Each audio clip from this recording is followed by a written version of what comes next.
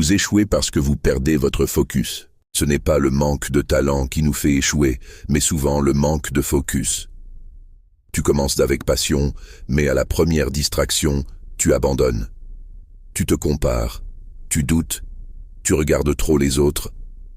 Résultat, tu perds le cap. Mais regarde ce que dit la Bible dans Philippiens. Oubliant ce qui est en arrière et me portant vers ce qui est en avant, je cours vers le but. Paul nous enseigne ici une clé.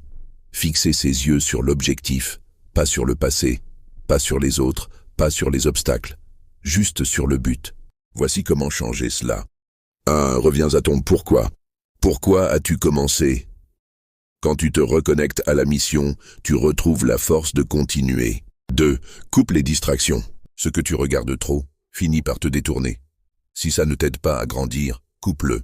3. Fixe des objectifs clairs et précis. Comme Jésus qui fit résolument route vers Jérusalem, avance avec une direction. 4. Entoure-toi de personnes focalisées. Les mauvaises compagnies détournent ton attention. Choisis des gens qui te poussent vers l'avant. 5. Prie pour rester concentré. Même Jésus allait seul prier pour rester aligné avec la volonté de Dieu. Marc 1,35. La prière recentre ton cœur. Beaucoup de personnes ont commencé avec feu, mais ont terminé dans la confusion. Pourquoi? Parce qu'elles ont regardé ailleurs, au lieu de fixer leur regard sur leur mission. Dans Matthieu, Pierre marche sur l'eau vers Jésus. Mais quand il commence à regarder le vent et les vagues, il perd son focus et commence à couler. Tant que ton regard est fixé sur Dieu, tu avances.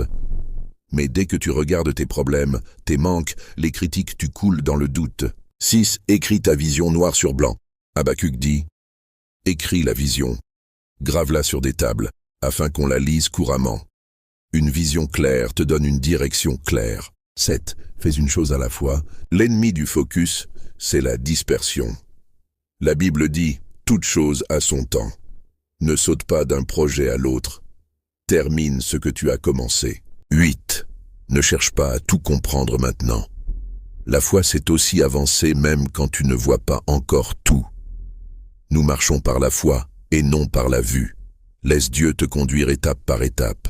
9. Médite la parole pour rester centré. Josué 1,8 dit que celui qui médite la parole jour et nuit réussira dans tout ce qu'il entreprendra.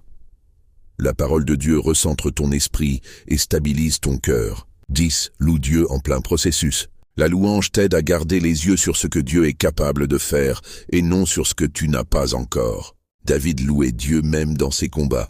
C'est ça, garder le focus. Arrête de courir dans tous les sens. Reviens à l'essentiel. Dieu, ta mission, ta croissance.